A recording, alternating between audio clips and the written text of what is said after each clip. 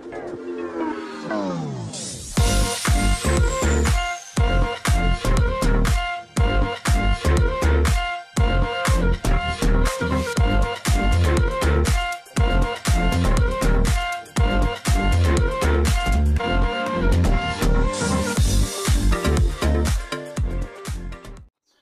semua, salam sejahtera Malaysia.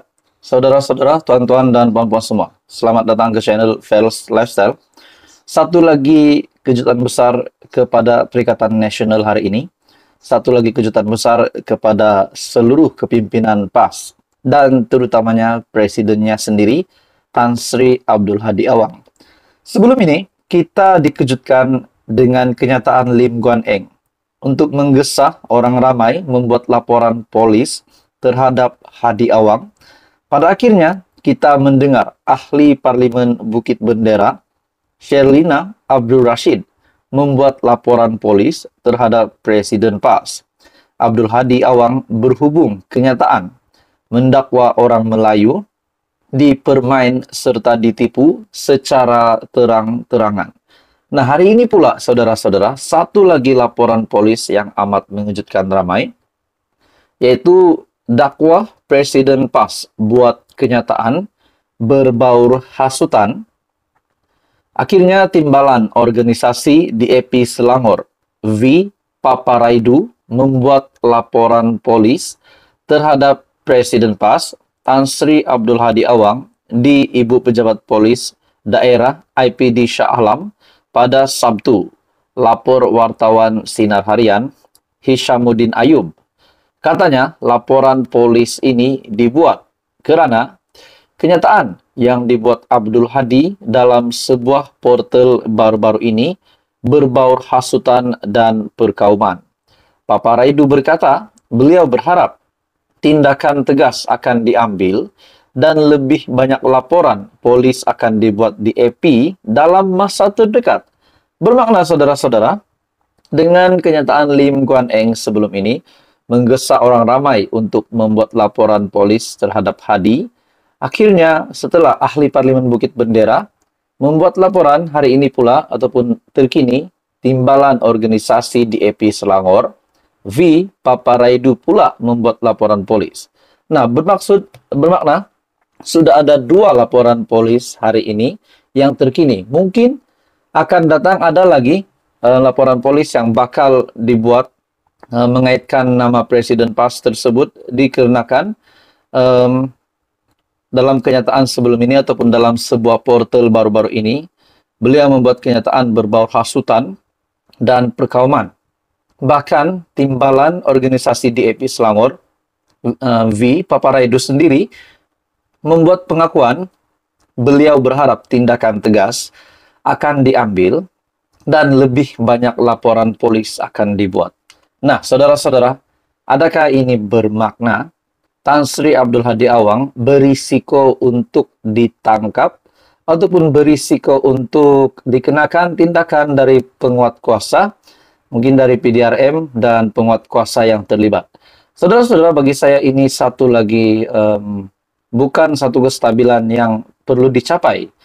Bahkan sebagai pembangkang, sudah pasti ramai yang berharap dari pembangkang untuk menjaga semak dan imbang negara. Namun kenapa kita dapat melihat fokus mereka adalah lebih kepada menggulingkan Datuk Seri Anwar Ibrahim, menggulingkan kerajaan yang ada hari ini. Seperti yang dinyatakan oleh Ketua Pembangkang sendiri, kononnya PN lebih baik memimpin dari kerajaan hari ini. Sanusi pula ataupun Menteri Besar Kedah juga membuat pengakuan, Sanusi juga membuat pengakuan bahwa lebih berharap kalau kerajaan yang ada hari ini ditumbangkan. Nah, jadi itu persoalannya. Nah, kita berbalik kepada laporan polis tersebut. Adakah persoalannya, adakah Hadi Awang, Presiden PAS, boleh dikenakan tindakan, mungkin ditangkap, mungkin dipenjara, ataupun mungkin ditahan? Itu persoalannya lah. Jadi apa komen Anda, tuan-tuan dan puan-puan? Teruskan bersama di dalam channel ini untuk info yang seterusnya. Jangan lupa tekan butang like, share, dan subscribe. Halo semua, salam sejahtera Malaysia. Selamat datang ke channel Fels Lifestyle. Tuan-tuan dan puan-puan semua, saudara-saudara sekalian yang saya amat hormati, Setelah Datuk Seri Anwar Ibrahim membuat pendedahan tentang RM4,5 triliun yang lesap di dalam tempoh 26 tahun, dikarenakan oleh rasuah dan ketirisan. Dan ini sudah pasti mengaitkan juga dengan kerajaan sebelum ini. Nah, saudara-saudara, sebelum ini juga, setelah kita digemparkan dengan kenyataan dari Perdana Menteri berkaitan dengan RM4,5 triliun, sebelumnya juga kita dikejutkan dengan kononnya ada gerakan untuk menumbangkan Perdana Menteri, dan Datuk Seri Anwar Ibrahim sendiri membuat pengakuan bahkan mencabar mana-mana pihak untuk mengusulkan perkara itu, membuktikan bahwa mereka memang mempunyai kerusi yang cukup untuk membentuk kerajaan baru. Nah, setelah perkara ini sedikit reda, tiba-tiba pula dua pemimpin dari Perikatan Nasional, yaitu Ketua Pembangkang sendiri, Hamzah Zainuddin, dan Menteri Besar Kedah, tiba-tiba sekali lagi membuat kenyataan yang sama. Dan bagi saya ini pasti satu lagi kejutan besar kepada Istana Negara. Kenapa saya cakap Istana Negara? Disebabkan ini bagi saya secara pribadi, hanya pendapat saya saja, ini seolah-olah tidak mengendahkan titah dari Yang di-Pertuan Agong Al-Sultan Abdullah Riayatuddin Al-Mustafa Bilasha. Setelah Muhammad Sanusi, Menteri Besar Kedah, membuat satu lagi kenyataan. Tukar kerajaan tak mustahil boleh dilakukan. Bahkan beliau juga mengaku, bagaimanapun beliau yang juga Ketua Pengarah Pilihan Raya Perikatan Nasional berkata, tidak mengetahui sebarang rancangan yang dilakukan. Namun beliau membuat pengakuan, saya tak boleh mengesahkan atau menafikan, tetapi saya gembira sekiranya ia betul berlaku. Malah saya harap itu berlaku menurut Sanusi. Nah, untuk Hamzah Zainuddin juga. Hamzah Zainuddin pula membuat pengakuan yang mengejutkan ramai, di mana beliau berkata, PN mampu urus negara dengan lebih baik.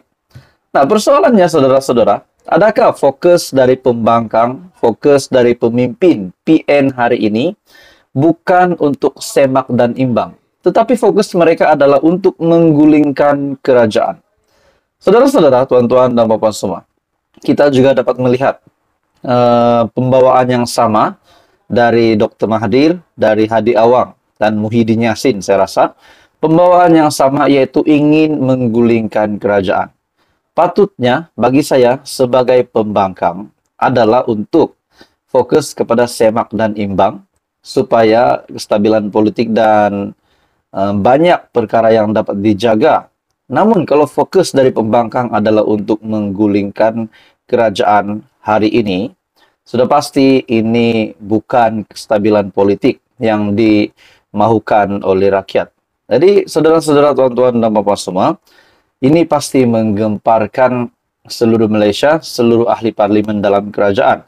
Rupanya selepas Datuk Seri Anwar Ibrahim mencabar Bersatu ataupun membangkang, mencabar PN untuk mengemukakan bahwa mereka memang mempunyai sokongan, dan akhirnya Ketua Penerangan Bersatu membuat pengakuan auta bahwa 126 itu adalah auta. Pada akhirnya Sanusi dan Hamzah Zainuddin tiba-tiba pula membuat pengakuan bahwa seperti apa yang dinyatakan Sanusi, beliau lebih suka kalau kerajaan hari ini tumbang, dan Hamzah pula beliau kata PN boleh memimpin dengan lebih baik. Adakah kedua-dua mereka sudah hilang ingatan? Itu persoalannya. Disebabkan Datuk Seri Anwar Ibrahim sendiri mencabar pembangkang untuk mengemukakan isu tersebut. Pada akhirnya kita masih dapat tahu pimpinan Datuk Seri Anwar Ibrahim masih kekal teguh sehingga hari ini. Jadi saudara-saudara, apa komen Anda? Teruskan bersama di dalam channel ini untuk info yang seterusnya. Jangan lupa tekan butang like, Anda boleh share video ini, dan tekan butang subscribe.